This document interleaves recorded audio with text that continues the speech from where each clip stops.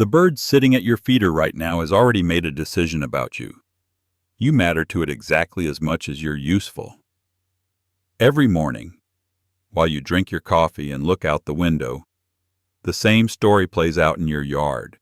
Someone eats, someone waits, someone leaves with nothing. You think it's just birds at a feeder? It's actually politics. With leaders, outcasts, alliances, and consequences for breaking the rules.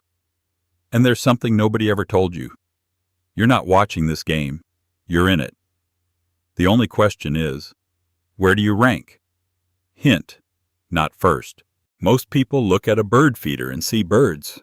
Just birds. Scientists look at the same feeder and see something completely different. In 1976, ornithologist Susan M. Smith studied one of the most common backyard birds in North America, the black-capped chickadee. What she found changed how we understand backyard wildlife forever. The birds weren't feeding randomly. They had a strict social hierarchy. Some always ate first, others always waited. This wasn't accident or chance. It was a permanent structure, one that held for months at a time. Smith showed that a bird's rank directly determined how much it ate and whether it would survive the winter. In other words, your feeder is not just a feeder. It's the place where survival is decided, every single day. And every yard has its own version of this system, its own rules, its own players.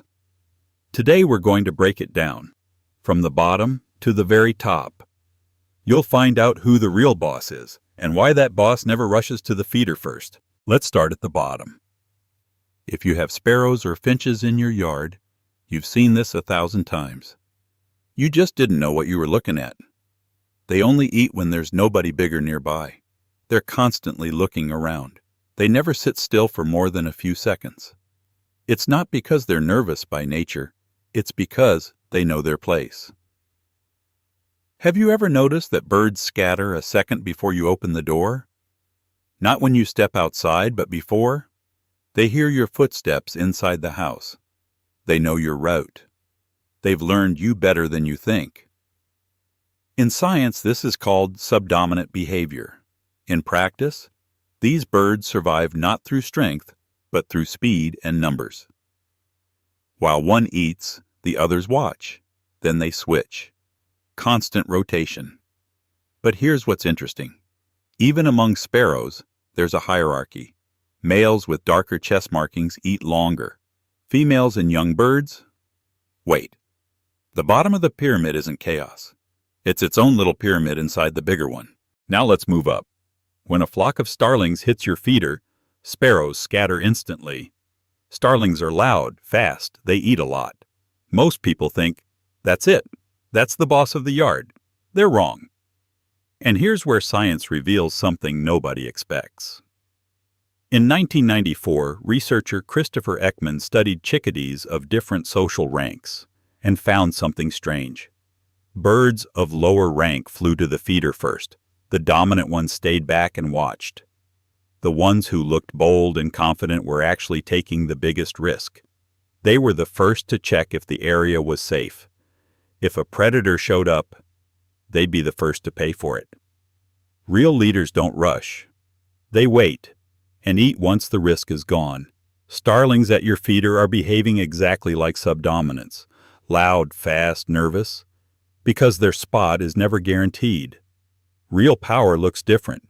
It's quiet. And by the way, drop a comment below. Who shows up most in your yard? Sparrows? Blue jays? Crows? I'll tell you exactly who's running the show. Blue jay, the blue one. Loud, noticeable, hard to miss. Most people think it's the top of the backyard hierarchy, and they're almost right. Almost, because blue jay doesn't dominate through brute force. It manipulates information. It can mimic the call of a hawk, literally copy it. Other birds scatter, the feeder empties, and blue jay lands and eats without touching a single other bird. This is documented behavior.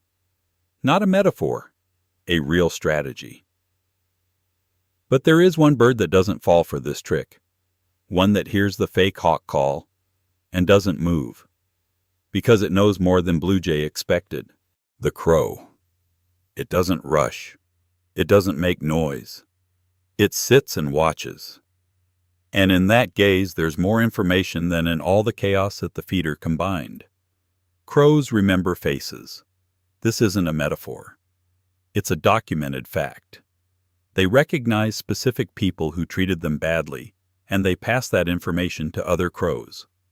One study in Seattle showed that birds caught and tagged by researchers continued to react aggressively toward those same people years later, even when they wore masks. If you've ever chased a crow away from your feeder, it remembered your face, and it told the neighbors. They don't just react to the world, they analyze it. At the feeder, the crow doesn't rush. It observes first, assesses who's there, what mood the blue jay is in, whether there's any danger. Only then does it make a decision. Blue jay tries to scare everyone with a fake hawk call. The crow knows it's blue jay, not a hawk, and stays. And here's what makes crows truly different from every other bird in your yard. This knowledge, who is dangerous, who can be trusted, what calls are fake, doesn't die with the individual bird. It gets passed down to the next generation. Young crows learn from adults which humans to avoid, which calls to ignore. How to read the yard. This isn't instinct. This is culture. When a hawk appears over your yard, everything stops. Not gradually, instantly. Birds vanish before you even notice it's there. Small species have dedicated sentinels. Birds that don't eat, they just watch. One signal, and the whole flock reacts without hesitation. This isn't panic. This is an early warning system that took millions of years to build. The hawk dives, misses. Something got in the way. It doesn't leave. It doesn't try again immediately. It lands on a branch near the feeder and waits patiently, sometimes for hours. The birds won't come back while it's there, and it knows that.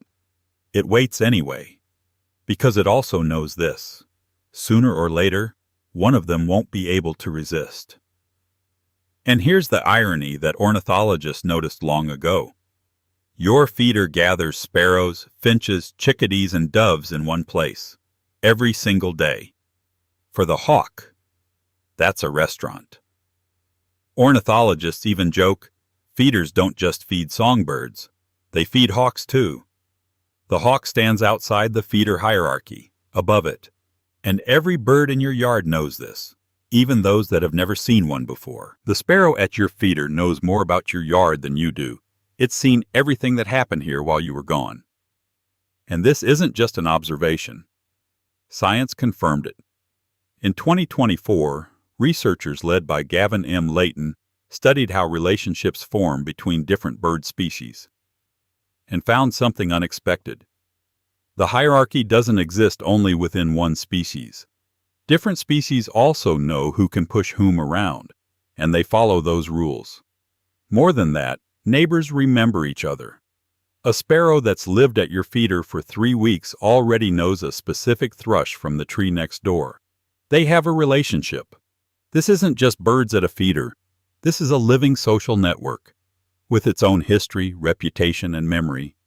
And it's far more complex than scientists realized even a few years ago. You've seen the system. You understand how it works. But where are you in it? Here's what science says. Birds at regularly filled feeders start showing up a few minutes before the owner usually comes outside.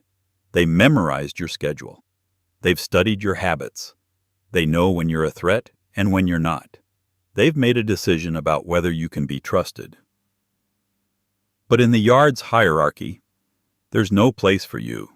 You're not a threat. You're not a competitor. You're a resource, like a berry tree, like a puddle after rain. You're useful, so they tolerate you nearby. This isn't an insult. It's something else entirely. A wild bird that lets you come within 2 meters and keeps eating made a conscious decision. It evaluated you, studied your behavior, and decided you pose no threat. That took time. That's the result of your actions, not a coincidence. You passed the test. You just didn't know you were taking it. So, your yard isn't just a place where birds eat. It's a living social system, with a hierarchy that Susan Smith described back in 1976. With the paradox of power that Ekman discovered, the most visible aren't the most influential. With a crow that remembers your face and has already told the neighbors. With a hawk that turned your care for birds into its own private restaurant. And with a cross-species social network that scientists are only now beginning to understand. Leaders hold power not through force, but through consistency. Outsiders survive through numbers and speed. Smart players analyze instead of fight. And you're a useful, neutral participant in this system. Trusted, but not feared. That's not a bad place to be. But here's the question. Can you change it? One person fed the same crow every single day for a year. On day 365, something happened that he didn't expect. That's the next video. Who's actually watching who? Ooze.